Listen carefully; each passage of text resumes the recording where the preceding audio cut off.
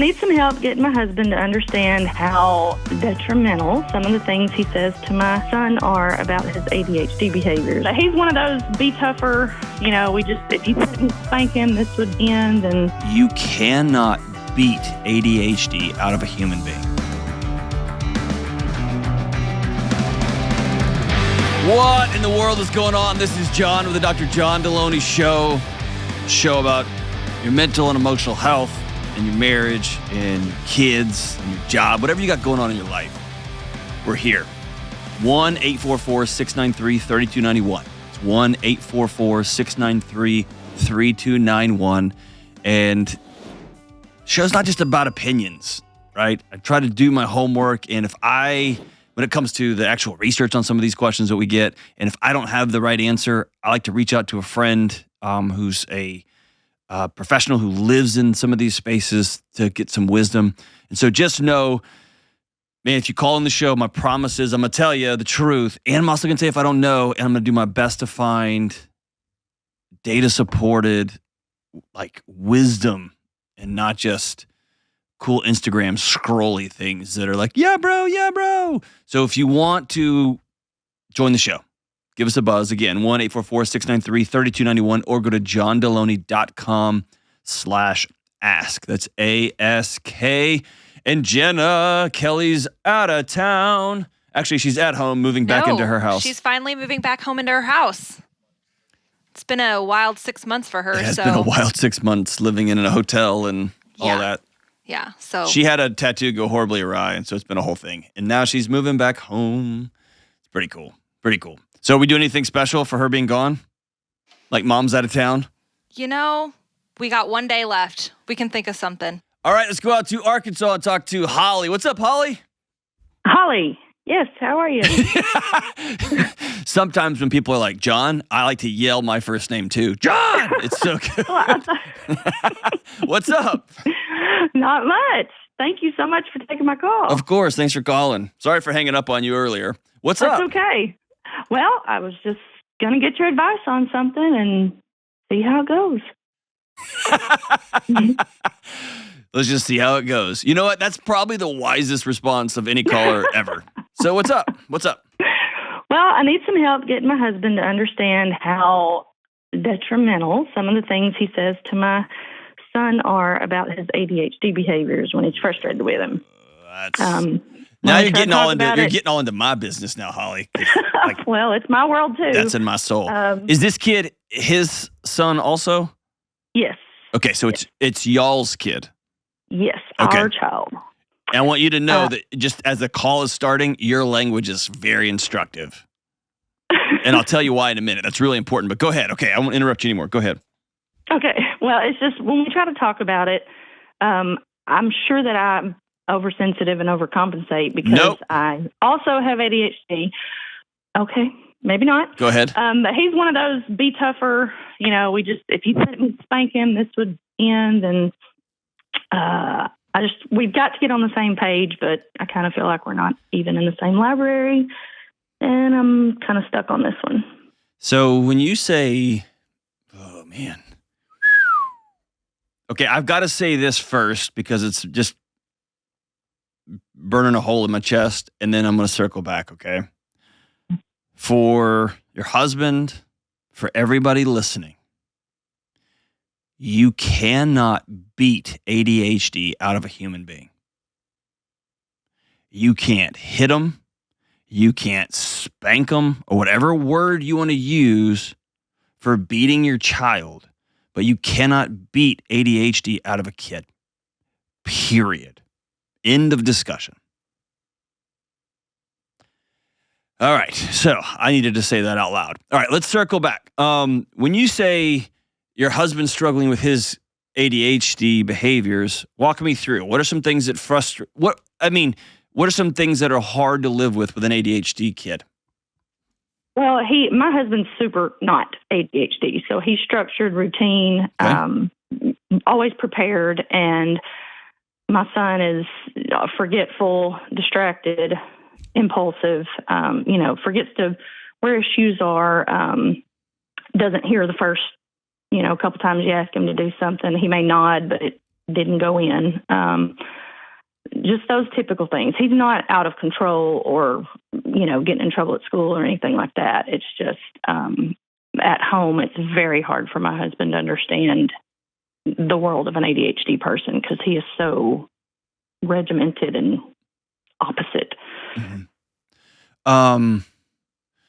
So this isn't what you're asking, but I'm going to put this out there as a point of reference. ADHD is a complicated thing, but ultimately the best way I've heard it distilled down by the great Gabor Mate is ADHD is a body's long-term response to chaos, to disconnection.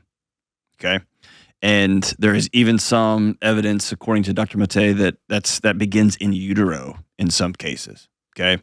So also an over obsession with routine and this is the way this should be and this is the way this has to be can also be a body's way of trying to create control out of chaos. So I want to frame what's going on in your home. It may be two sides of the same coin. Okay?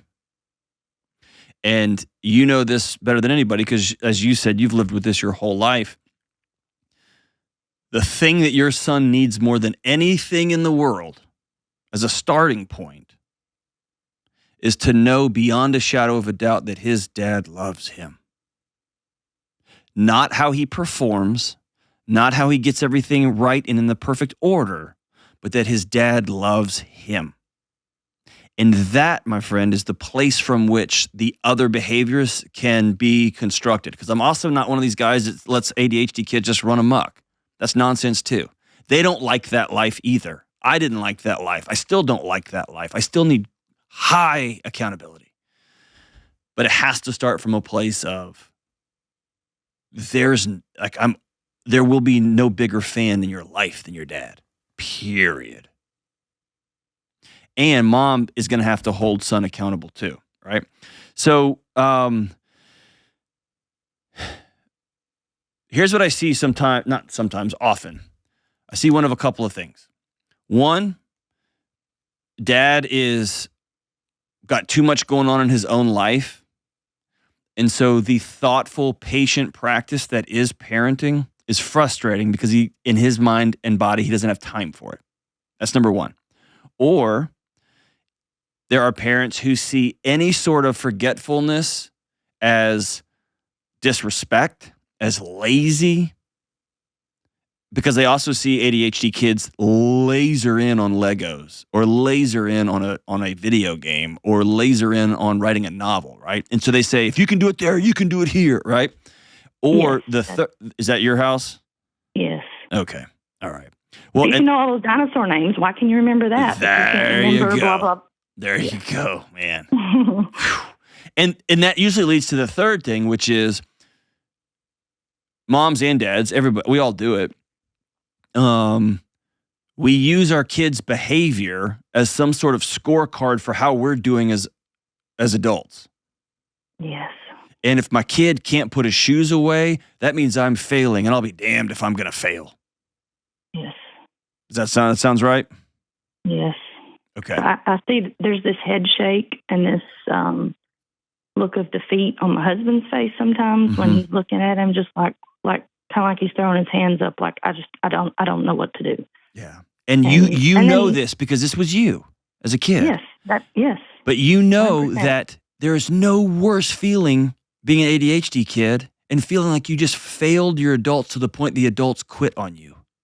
Yes. It's collapsing, which then sends the body off careening, trying to solve for the chaos, and the whole system loops back up, except it loops a little bit faster and a little bit faster and a little bit faster. Because that body's telling that kid, hey, because of you ran dad off. Yeah. And that, and that's when my son goes in for the physical touch because he wants the hugs and the holding and that's his, I guess, way to. No, that's going back to what I said a few minutes ago. the number one thing a kid with ADHD has to know is the adults in his life will go to hell for him. They will fight for that kid no matter what, and they love that kid no matter what, and that does include a ton of touch, especially from dad. And from there, we can have conversations about choices and conversations about upstream and conversations about getting enough sleep and getting off screens and some of those things that I've seen anecdotally, and I think the literature it's kind of mixed, but I don't trust some of that literature these days. That exacerbates ADHD. I know sleep for sure, and I know diet for sure. But some of those things upstream, right? And when you get a full night's sleep or when your son gets a full night's sleep, the morning's different. We all know those things. Yes. But man, it's tough to get a kid to go to sleep when he feels like he's trying to fend off or make his dad feel better. Yes. Which isn't his job. So here's the hard part about this call. This call is best had between me and your husband, not between me and you. I know, and that I've gone to therapy to work on mine, and they suggested coming, but he's not really receptive to that. And Why? Not a feelings guy. I don't give a crap about that. He is a feelings guy. He just has a very sophisticated mechanism for shutting that system down. Oh yeah, and he knows. I mean, I've talked about how he probably has PTSD, and he's like, well, doesn't everybody have something? And just is he a veteran? No, he grew up in Southwest Little Rock when it was major gang violence and that. So he's got a lot of hardened stuff there. Yeah. So here's, and I've read Scattered, and I've told him, if you would listen to it or read it or something, it would help him understand. He kind of looks at me like I'm an alien. And okay, so here's where we have to go from here. Okay, and I you know what I'm about to say, but me saying it out loud is going to be very hard to hear. Okay, and I know I just kind of talked out of both sides of my mouth, but both things can be true at the same time. This is a very generalized Neanderthal way of looking at things, all right? But in the grand scheme, or in the anthropological sense, if you will, it's mom's job to circle up and protect young kids. And it's dad's job to protect the system, okay? The unit, all right? Now, we're in the 21st century, and most of us work on computers. I realize life is different, and there's not people chasing us with clubs, but I just paint that picture for this reason. There comes a moment when if your husband or your wife, depending on who's listening to this, is hurting your child, the other parent has to step in. And stepping in looks different for everybody, and I'm very reluctant to give somebody their or what statement. That's something that is very personal. But at the end of the day, your husband is choosing. You handed him the roadmap, which is the book by Dr. Mattei. You handed him that roadmap. I don't know of a better book. And if I was sitting there with my son, and I've had these moments in these seasons when I don't feel like like he's talking Spanish and I'm talking like, I don't know, Swahili, and we are on different planets. We're not even talking the same. We're so disconnected. And somebody handed me a map back to my son. You better believe that'd be everything else in my life would stop. And so in a strange way, your husband is choosing misery, and he's choosing to have a broken relationship with his son, not to head to healing. He's also choosing to have a broken relationship with his wife because you've asked him to go to counseling with you. You've asked him to be a part of healing the family unit and building something new, and he's looked at you and said no.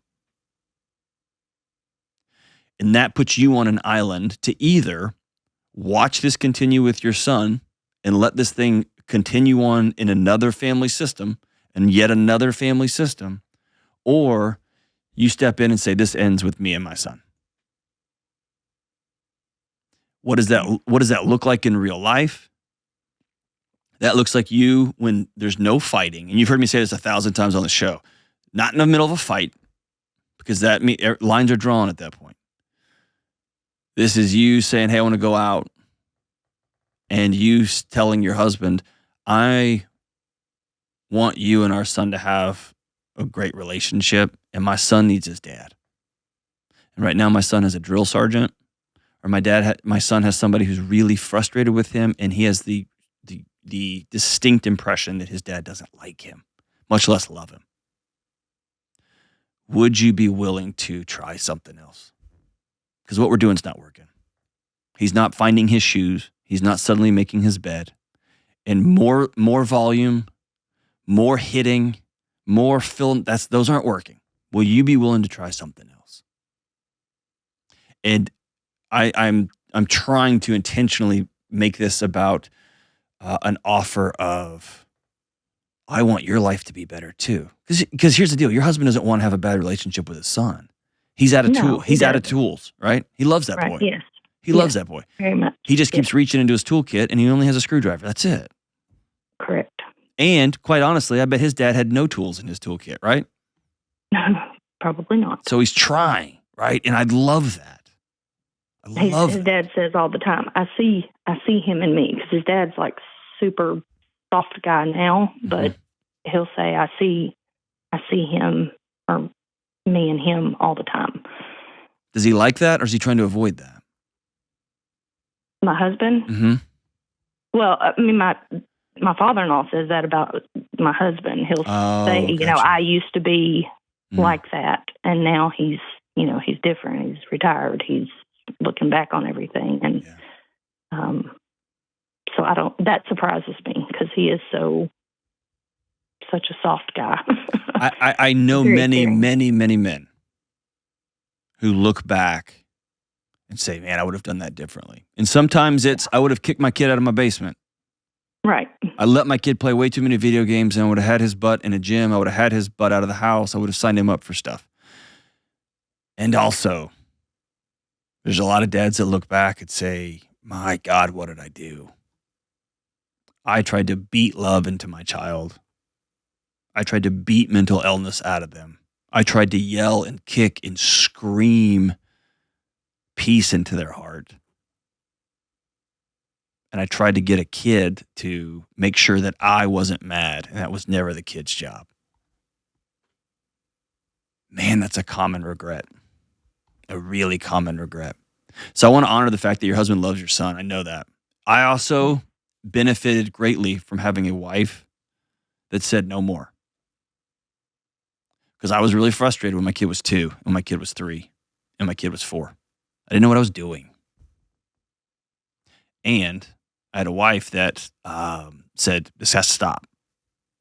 And it wasn't bad or egregious or anything like that, but it was, I need to get some new skills.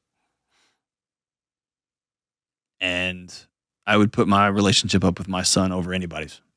It's pretty powerful. Here's healing in 101 for ADHD. Something as simple as, how old's your kid? 10. 10? Yeah. Perfect. I can't tell you the magic in my home. Again, I'm not talking about my son's diagnostics or anything like that. He didn't have any diagnostics.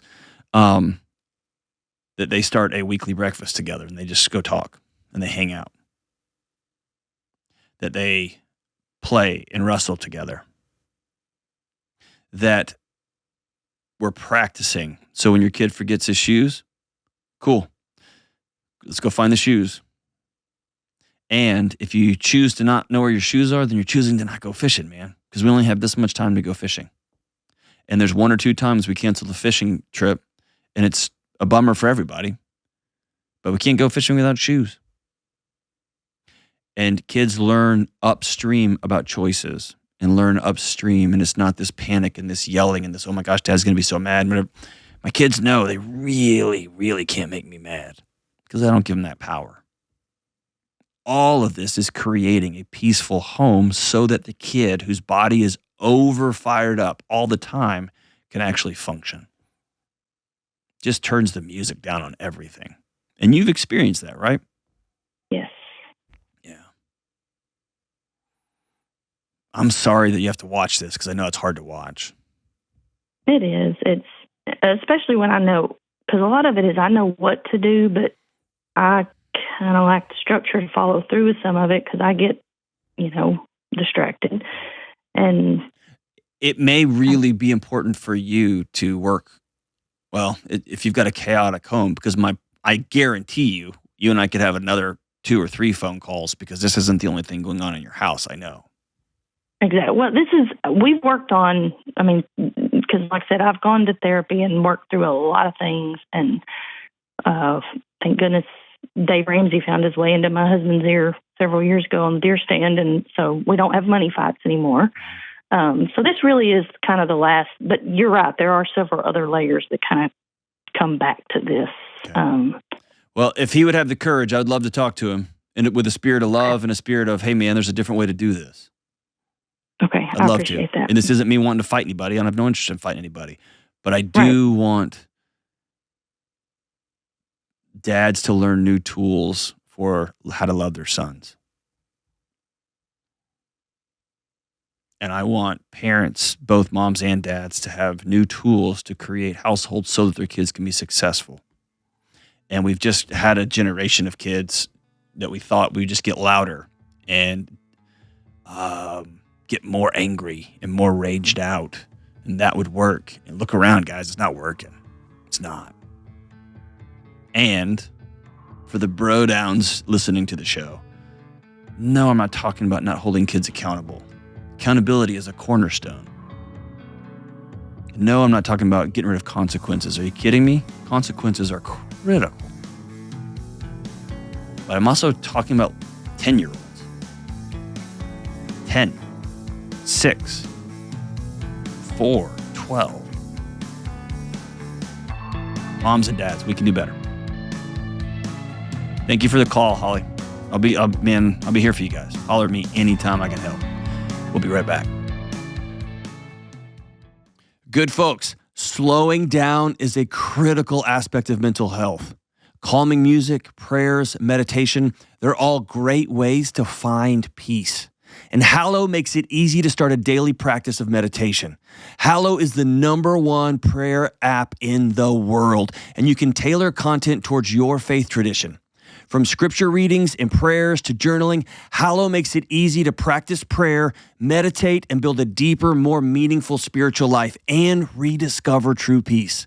Go to hallow.com/Delony today to get 3 months of Hallow for free. Hallow.com/Delony. All right, let's go to Emily in Austin, Texas. What's up, Emily? Hey. Wow. What's Doesn't happening? feel like real life. Oh, it's real life. It's about to get real. What's up? Hey, okay. Let's do this, I guess. What are you nervous about? Everything. I don't know. I didn't think I was, and then all of a sudden, here it is. Ugh, I've had this effect on people. Even when I was dating, I didn't date in middle school, but when I had like a girlfriend, I always made everybody nervous. I love that for you. I don't love it for me. I think I'm just weird. Okay, go ahead. Okay. So I'm going to read my question because I swirl off, so you might have to reel me back in a little bit. All right, no. But my question is, how do I let go of my extreme fear of dying alone? So I guess my biggest fear is the unknown that comes with age. What if I get Alzheimer's? Am I just going to sit in a nursing home forever alone? I've been divorced twice, and I'm scared to leave my current relationship that's very toxic because deep down I'm almost 40 and I don't have kids and I can't have kids, and I feel like this is my last chance for a family.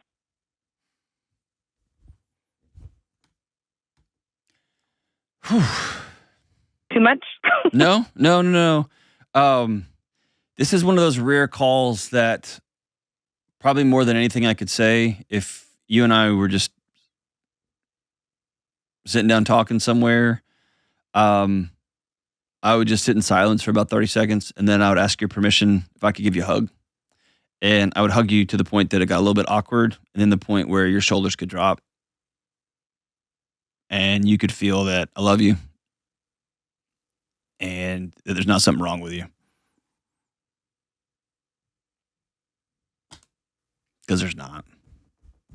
Yeah. What happened in your first marriage? Well, I was really young.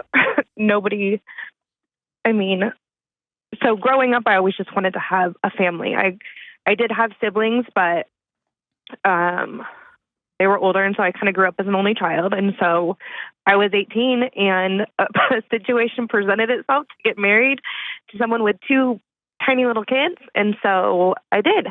And I raised them for 5 years. I was their mom. And then he cheated on me and left and moved to a different state. And so that just kind of ended abruptly. Hold on. But I was still a baby. Sit right there. I don't want to blow by how huge that is. Yeah. Like, you were 18 years old. You were still a baby. And then you had an Insta family. Mm-hmm. And this was your life. This was your family for 5 years. Did you give up college and your dreams for other things for this one path?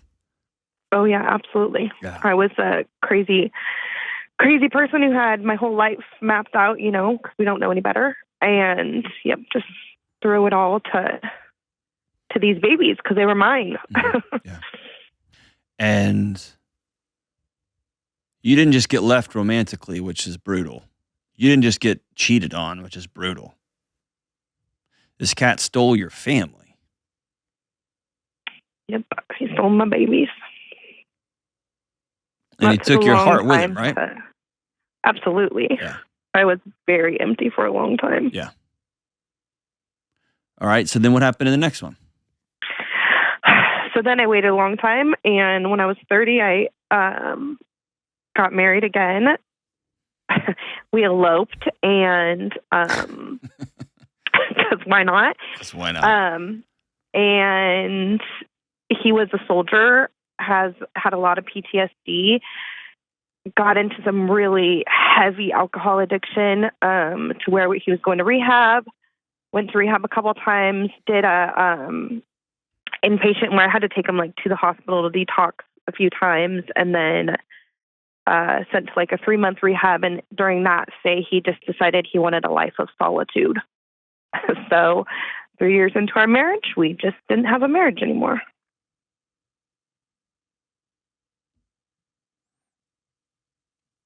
And I don't have to tell you how damaging and hard it is to be married to someone who's an alcoholic. Yeah, it was crazy. Because they're staring you in the face, but they're not there. Absolutely. And you're making love to them, but they're not there. And you're trying to talk about the future, and they're not there. And it makes you feel insane. Yeah. And then they leave you. Right. Right. The person who's there to do anything and everything. And I'm one of those ride or die people. I would have stayed with my first husband after cheating. I would have stayed with him through, my second husband. I know, but you won't ride or die with Emily. Why? I don't know. Why don't you like her? I don't know how to. I don't know. That's fair. I'll give you that. And then what about this person you're with now? It's kind of starting to remind me a little bit of my last relationship with a lot of the PTSD stuff starting to trickle in.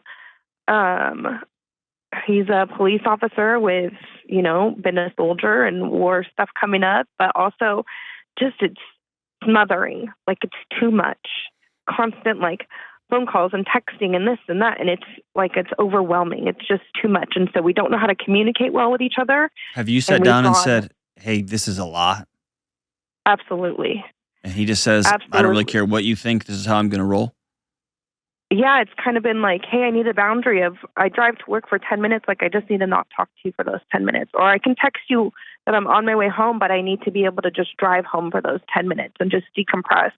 And then it's a thing. It's always a thing. Can you please not call me 15 times when I'm at work because I think there's an emergency I just needed to know if you need anything from the grocery store. It's a lot. It's a lot. Yeah. And I'm used to being alone and by myself. And this is, the first relationship I've been in for 4 or 5 years. And it's too much. Okay. You know your body better than anybody. Yeah. But over 40 years, you've been conditioned strongly to not trust that body. Yeah. And you're either wide open or you are shut them down. Yep. And my dream for you would be to be wide open for Emily. So if I was a licensed therapist and we were sitting down talking, which I'm not, I would go, you know what, let's do it anyway. We can do it. We got a few minutes. Go to the end. Go all the way to the end. Give me a scale on 1 to 100 how healthy you are. 100 being like, you've got to be kidding me, super healthy, and then 1 being like, I'm mainline mid-gut. Give me 20. All right, so 20. So let's say you're 75 and you're at the end of your life, okay? Absolutely. Maybe 70. Maybe 70. Yeah. Right. I've got some yeah. I snorted brown sugar off the counter. So I've got a lot of miles on my body. So back when I was a kid. So I have so many questions about that, but we can trust go on. me, I had a problem. I used to eat it out of a spoon. Anyway. So you're 75. And you're in a nursing home and you're all alone. Describe that for me. I just think that you're just lost. Like, describe it for me. You're thinking about it. I want you to describe it. Put yourself there. Just sitting alone in a chair, just sitting there. Where does that picture come with everyone else around you. I think with my grandpa, when he had Alzheimer's, we had him even in our home, but he would just sit there just alone, and nobody really, like, I see other families and, grandparents or whatever, and you're always taking care of each other and there's that love there, but there's, like, I don't have any of that. And so I just picture at the end of the day, just being alone, like in a chair, just all by yourself, getting changed by someone that you don't know. You know what I mean? Just sad. It looks sad. Yeah. I don't think that's end of life. I think that's right now. I think you're a good anxious person like me and the rest of us that can project. Our brains will spin up narratives and stories that aren't true into the future that we can worry about in the present, because that allows us to avoid what we're experiencing right now. Yeah. But you have a guy that texts you 400 times a day and you are completely and totally alone. Yeah. And you've gone all in twice on 2 different people and they've left you. One for a bottle and one for who knows what. And that feeling of, I'm just sitting here in a chair is right now.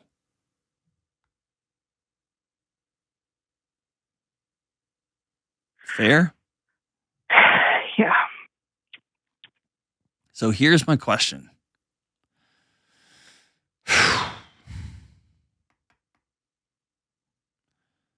You can continue what you've just described to me in a few minutes. And I'm sure you and I could hang out for a couple hours and you could tell me the full story. But in just a few minutes, it looks like it has been a slow collapsing of Emily over the period of 20 or so years. And probably, if we're honest and got into your childhood, there's probably some of that there too. Oh, yeah. I could be a weekly segment if you'd like. It's time with Emily. So we could go through all that, and I think it'd be worthy to go through all that, but we're here. Right. And so let me cast a vision for you as though you're my sister. Okay? You're my friend. You can't go back and change that stuff that happened, even though it shaped you in a profound way. The question I want to ask you is, are you going to continue to think I'm only worth this much until you just can't take it or they can't take it and they leave or you leave? But I think you're too stubborn. I think you're too ride or die to ever leave. I think you'd marry somebody who's abusive and controlling because ride or die. And you can do that, or you can live wide open, not for some person who's going to come in and rescue you, but for you. So my question would be, what will you have done when you're sitting in this rocking chair and you're 75 years old? Will you have gone skydiving or got another graduate degree or play checkers with old folks in an old folks home every Saturday or serve your local church or Will you have done that? Will that be the story of your life? Or will it be these hyper intense relationships where you get set on fire, followed by half a decade of isolation? Yeah. That's where we are. And you get to pick both avenues.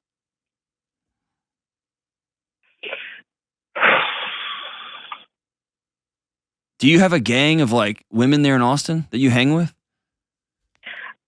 No, I don't want to tell you where I came from because you'll judge me, but I just moved to Austin recently. From where? California. I'm not judging you. Dude, I was just in Hollywood a few months ago. It's amazing. It's one of the most beautiful places I walked outside like at 5:30 in the morning, which is noon for me back here. Not really, but to go get some coffee. And I just remember stopping and laughing. I was like, oh, this is why everyone on the planet wants to live here. It was incredible. I don't judge you. Good for you. I mean, it's good weather, but Yeah. you're a Texan, so I'm sure you're aware. I mean, We're superior, but I mean, I'm not going to judge you, right? Right. Okay. So here's a beautiful moment. And I usually don't like this kind of language, but I'm going to do it anyway. This is an either or moment for you. You're almost 40, right? Yeah. Okay. I made the same journey. 39 and a half, I moved to Nashville. Marriage barely hanging on. No friends, maybe one or two, like that I had colleagues, right? Some people that I'd known that we weren't super close yet, or we had been close and not anymore, but I had a choice to make. I'm either going to go all in and be weird and just go make friends and invite people over from work and take people to lunch and put in my budget. Like this is just, I go to lunch a lot, or I have lots of coffee with people, or I say yes to every invitation to whatever. You can do that. Or you can just circle the wagons and go home every night and wait for the next Ted Lasso season to start. Right. And my challenge to you is looking back over the last 20 years of your life, the Ted Lasso route hasn't worked. Would you be willing to try something crazy and different for Emily now? I guess it's time. I don't know another path. Or be that weird person at the gym that asks people to hang out after meeting them at the gym. I don't know. Like, what are you into? I don't know what you do, but man. I mean, I'm only out of 20, so I guess I need to get to the gym. But you know what I mean? Yeah. And it feels to me like you have a very anxious life. Can I run through a couple of things with you? And you just say yay or nay, or give me like some quick data points? Yeah.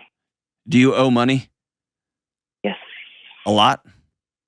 Yep. Okay. Not a lot of friends? What's your calendar look like? Empty or chaos? I fill it up with work. Okay. So you don't do heroin, but you do work? Correct, yes. What's your job? I am a director at a preschool. Oh, sweet. So you are a crazy person. Yes. No, you're a saint is what you are. You're an absolute saint. But you also have to deal with overzealous parents 24/7, 365. And you have to deal with preschoolers, and you have to deal with teachers, which all of that is a lot. Yes. Right? But at least you didn't have to do that during COVID in California, and you did. Right? So I want you to understand your body is doing the best it can to protect you. It's just doing its job. And you've created an anxious universe for your body to live in, and it's really hard. Every alarm you've got is going off, and they should be. And so if you reverse engineer this thing and say, where are places I can begin to get freedom back in my life? So I give my body a fighting chance to have peace. So my body has a fighting chance to not be so anxious. So I have a fighting chance to go do things that I actually want to do. I'm tired of waiting for people. Yeah. And that will be where you find so-and-so. And you will be the best version of yourself when y'all do meet.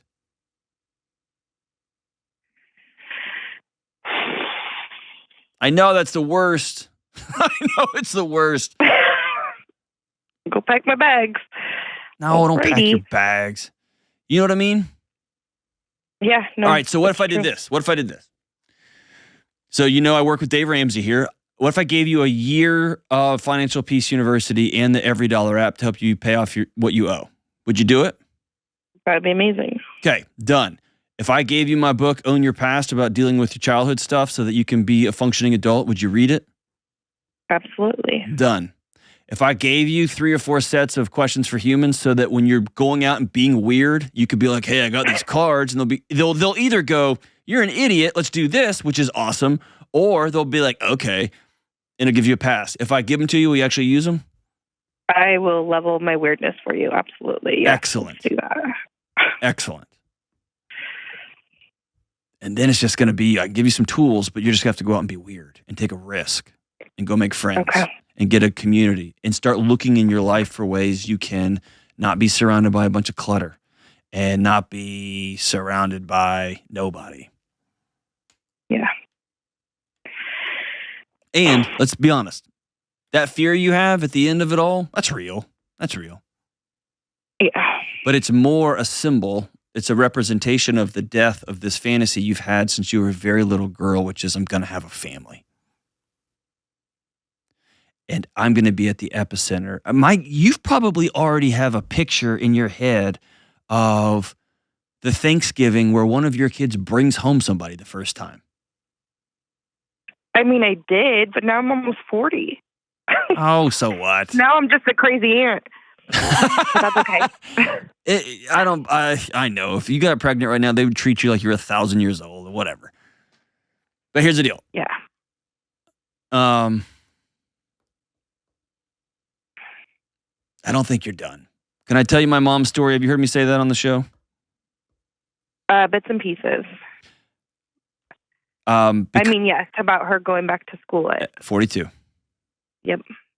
And I'm trying to figure out a way to surprise her in Oxford this summer. And I'm only saying that because this show will be out by the time I'm gone. Because she's doing her last year at Oxford this summer at 73. It's amazing. I know. But it's not weird. She just made some choices. One little step after another little step after another little step. You get one shot at this tiny little reckless, crazy life we got.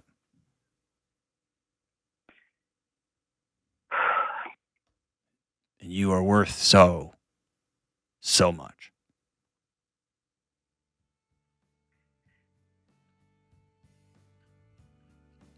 Are you in? I'm in. Promise? Do it. Yes.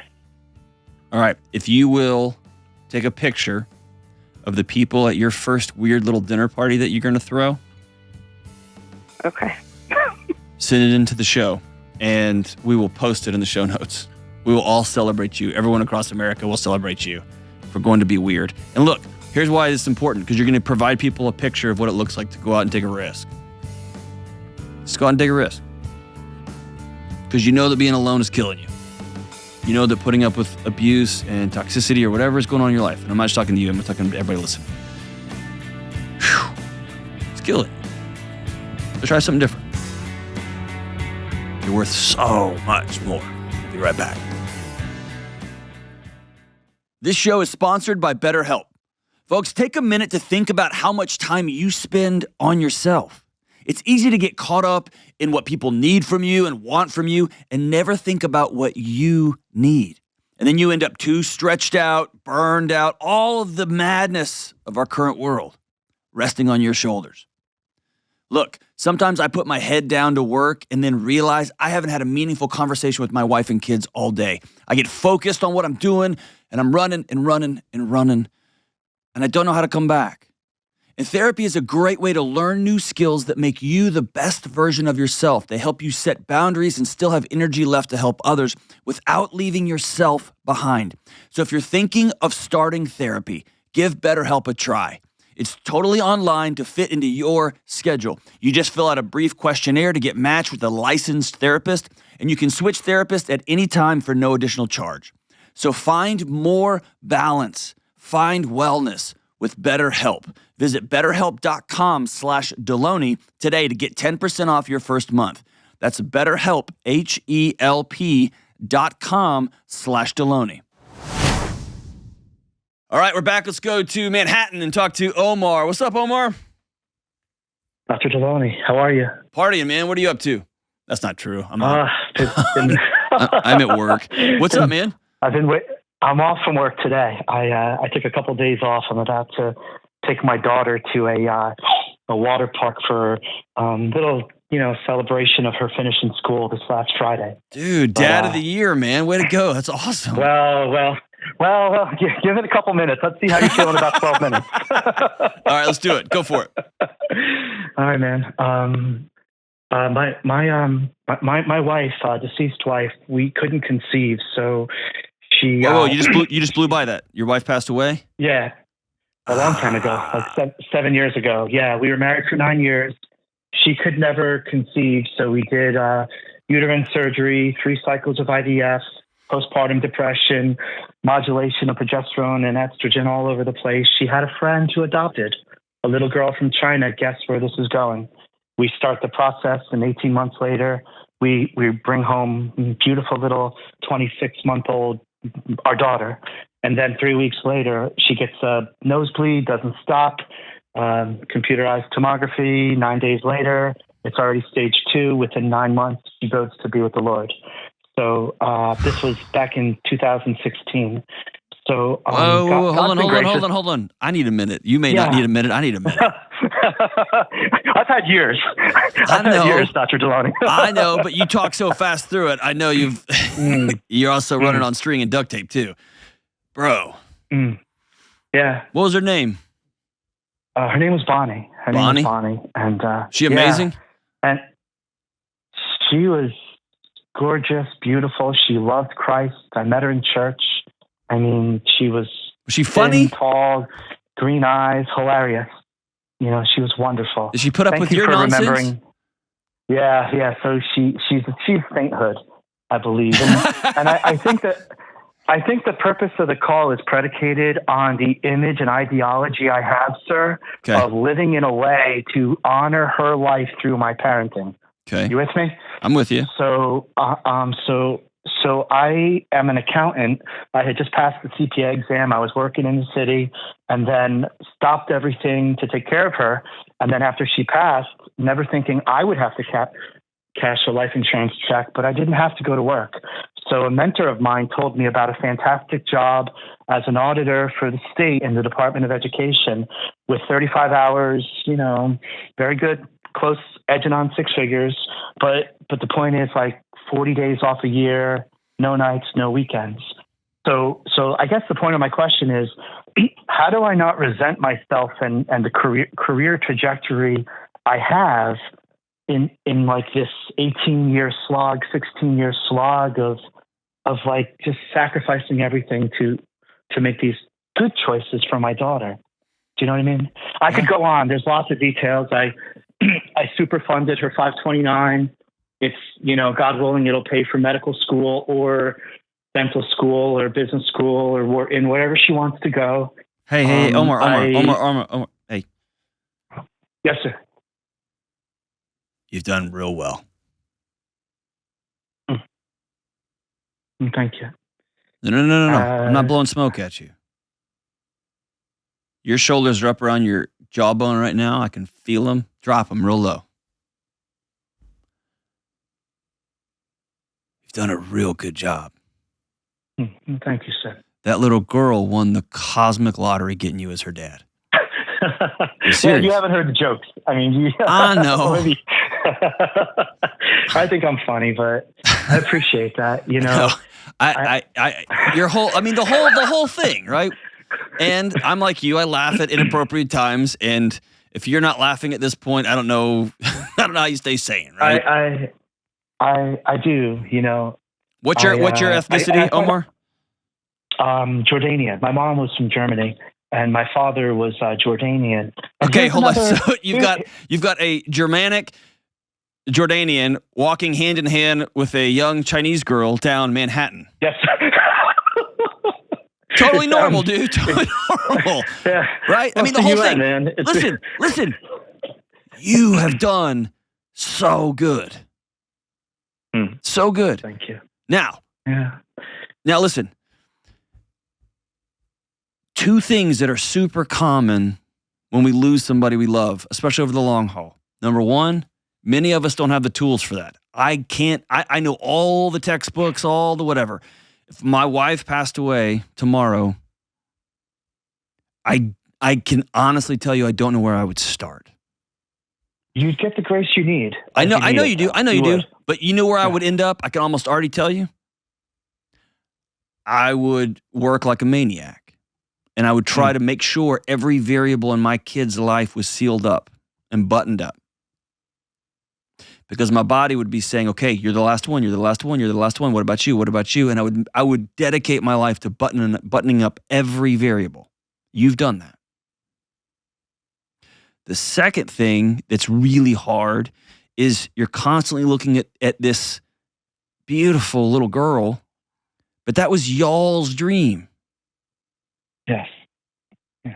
And so every day is a constant reminder of y'all's dream. And it's really hard to live in the present when every day is kind of got these glimpses of the past with us, right? Yeah, I tried to fight moving, because we bought this starter condo and I paid it off after she passed. So I'm debt free, baby step 7. And I didn't want to transplant or buy a big house with a $3,000 a month mortgage payment, sir, because then I knew I'd have to work more. And that precludes my time with her. Life skills, discipleship, all that. Okay, hold on. And If you work 90 hours a week and you made $1 million, okay, let's do this thought experiment. You work 90 hours a week. You become one of the top, over the last 15 years or 7 years, you become one of the top accountants in Manhattan. Everybody goes to Omar. Everybody trusts that guy. He's a good guy. He knows where every last loophole is, but he's a high person of integrity. Everybody goes to Omar. And you make about $1 million a year. Mm-hmm. That money would be for what? What is the profit of man to gain the world and lose his soul? What would that money give you? Yeah. It would give you the opportunity. Hold on, but it does give you an opportunity to take care of your daughter, to create safety for your daughter, or the illusion of, to at least have her healthcare funded and her med school funded if that's what she wants to do. It would provide you some cushion for when the world hits you in the mouth, which it will. Right? So it has. Yeah, it has. Well, I mean, it took an arm and a leg, actually. I mean, you got it more than just a nose punch. But when it comes for you. So I'm not one of these guys that's like, man, why do you work hard and make money? No, it's a great buffer on the world. But you've been able to accomplish it also. Here's my question for you. 7 years in, how old's this little girl? 9 months? 9 years? 9 years old? Oh, she's 10. She just finished 4th grade Friday. 10 years old. Yeah. 10 years old. You funded her college education through med school. You've got you owe no money. You've got a great, stable job, if you want to call the state of New York's government stable. Okay? Are you being haunted by the question, is this enough? Well, I was writing my thoughts down before and waiting for, you were talking with the other lady, Emily, I believe. Yeah, that's exactly it. Like, when do I realize a point of satiety in that college, private school, 529, time with her, you have to do the hardest part that you've probably done it, but it's going to be real hard. I'm looking forward to her meeting you. We're coming, God willing, to Smart Conference. Oh, in Chicago? Excellent, man. Yeah. We'll get you backstage. Stay on the line, and we'll get you backstage. You can meet everybody, but I would love to have you there. Nice. Okay? Yeah. And I'm going to bring her. I want to intentionally bring her. Excellent. So that she gets exposed to all the great personalities. As great as they could be, other than you. I was waiting for you to say it, but good for you. All right. Here's what she needs more than anything else right now. Yeah. She needs her dad. Yeah. And there's not a good. I can count money in a bank account. I can count baby steps if I'm a part of the Ramsey Pay Off Your Debt plan. I can count dollars in a life insurance payout. It's hard to count this morning when I asked my daughter to stop doing something, and she kept doing it, and I asked her to stop, and she kept doing it, and she dumped water all over the back of my leg, and she dropped water all over the floor. And then 30 seconds later, I went over and I was making my breakfast, and I said, hey, will you come over here and crack these eggs for me? And letting her help was a little glimpse of redemption for her. And it would have been way faster for me to crack my own eggs this morning. But I asked her to come help me. And I asked her to clean up the water that she'd spilled. And I bent down and I looked her right in the eyes and I said, thank you for helping me with my breakfast. I'm really grateful. And then she rolled her eyes almost out the back of her head like a 7-year-old, and she walked off. There is no metric for that. But you know what that little girl knows at the cellular level? Her dad loves her. And so behind... Do you think I'm biased? I'm sorry. No, go ahead. Are you biased about what? Do you think I'm biased because I grew up without a father? So I'm trying to not only catch up and honor my deceased wife, but also subconsciously be the dad I never had. I'm sure that's a bunch of it, but I also think, imagine you got a job at an accounting firm and no one would show you what a prepared tax return looks like. It'd be a mess. I'd get fired. They just yell at you, like, go prepare taxes. And you're like, all right, what does it look like? And they're like, go prepare taxes. Yeah. And then you got on Instagram, there's like all these beefcakes, and then there's idiots, and there's moron. Like, you are carving a path through the jungle with a machete, and there is no path for you because you didn't have a dad. And so every step along the way, you're having to look to the right or left to see if this is the right way we're supposed to be going. And my fear for you is you're going to have done all the right things, and you're going to have missed an opportunity to really get to know this beautiful, precious little girl. Yeah, I don't want to do that. I know. That's the purpose of the call. Yeah. That's what I want to tell you. You've done it, man. You've done it. Well, thanks. It's amazing.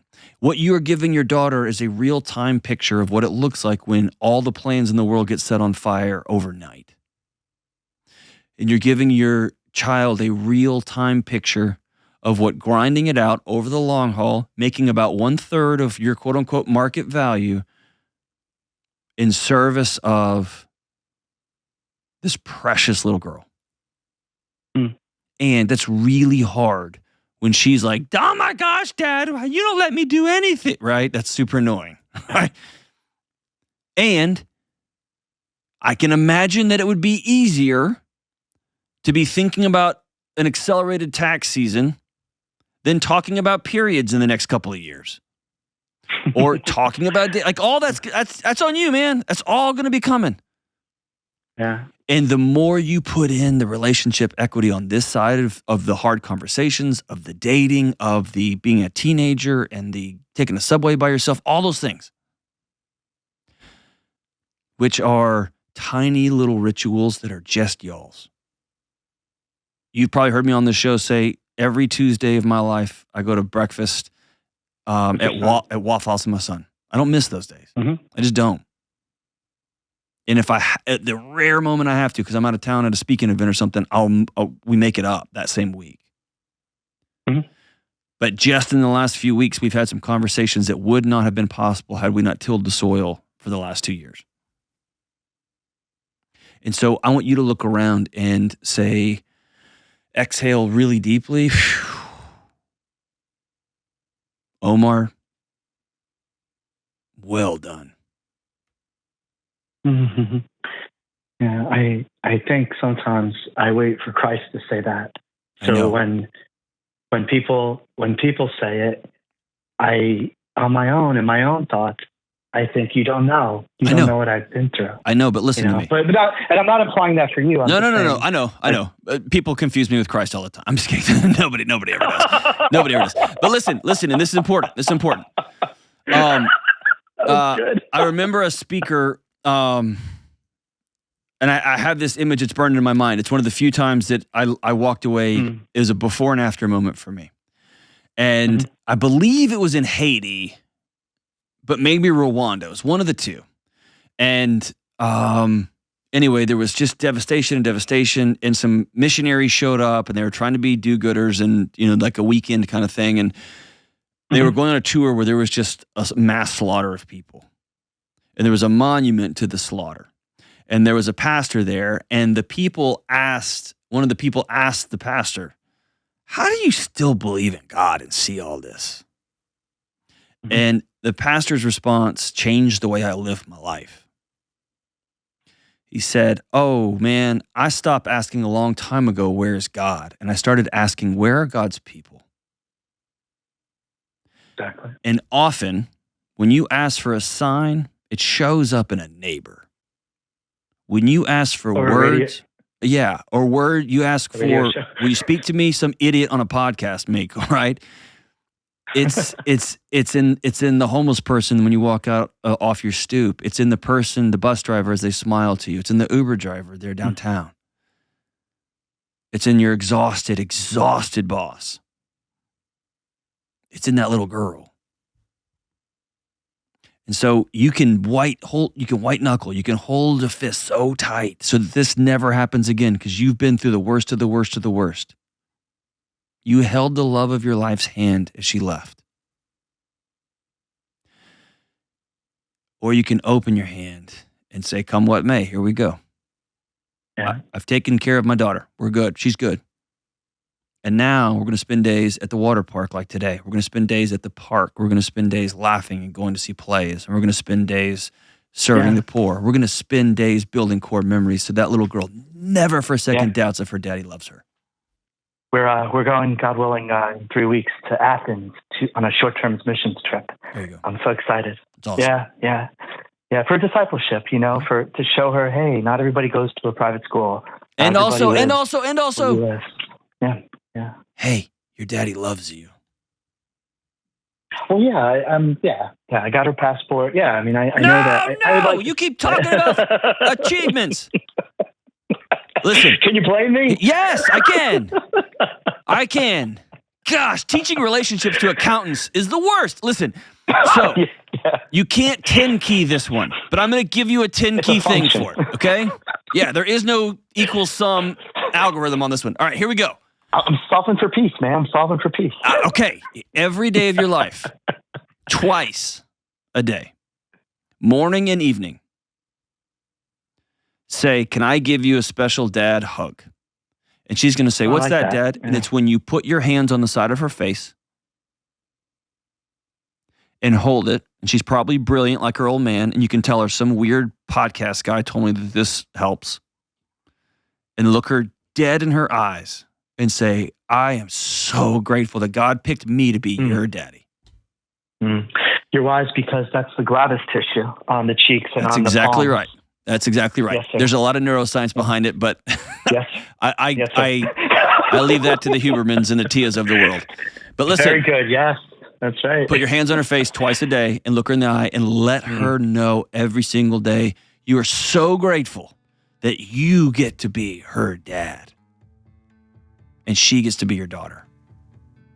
You've done all the stuff, all the metrics. You've done all those things. You got her passport. Good for you. I want you to cherish and love the relationship. Know her. And I know your body's going to really fight you on it, man, because you did that once. And the world took her. It's hard. And it's real, real scary, Omar. But you're in it. You're in it. Go all in. She won the lottery getting you as her dad, Omar. Man, we'll be right back. Hey, what's up? Now that my new book, Own Your Past, Change Your Future, is out in the wild, we've been hearing reviews and feedback from readers, and wow, I'm so grateful. And one of the things I've been most excited about hearing is that this book is not just for people who are healing from terrible traumatic experience or other big scary things from their past. This book is for everyone in every walk of life. The single 30-year-old looking to sharpen their mind, the 25-year-old hoping to make new friends, the parent who's tired of seeing their kids' eyes glued to a screen, but who doesn't know how to re-enter their life. People coming out of abusive relationships, everyone. And this book isn't me talking at you. This book is me walking with you because I've been there too. To better understand and improve your mental, relational, and emotional health, please check out Own Your Past, Change Your Future at johndelony.com today. That's johndelony.com today. All right, as we wrap up today's show, Jenna's driving. She loves her some Macklemore and Ryan Lewis. She doesn't get tattoos, though. Actually, you're the only one with real tattoos. That's funny. Song's called Growing Up. Good grief. Macklemore and Ryan Lewis, Ed Sheeran. Let's invite everybody. They say boys don't cry, but your dad shed a lot of tears. All right, this is good. That's enough for me. Is that a good song? Do you like it? Nate Dogg picked it. They say boys don't cry, but your dad shed a lot of tears. They say I should be a strong man, but baby, I'm filled with fear. Sometimes I don't know who I am. Sometimes I question why I'm here. I just want to be a good dad. Will I be? I have no idea. That actually is a good song. That's all me, Nate Dogg. That's a good tune right there. Good job, Macklemore and Ryan and Ed. I think it's a question we all ask. I just want to be a good dad. How do I do that? We'll see you soon.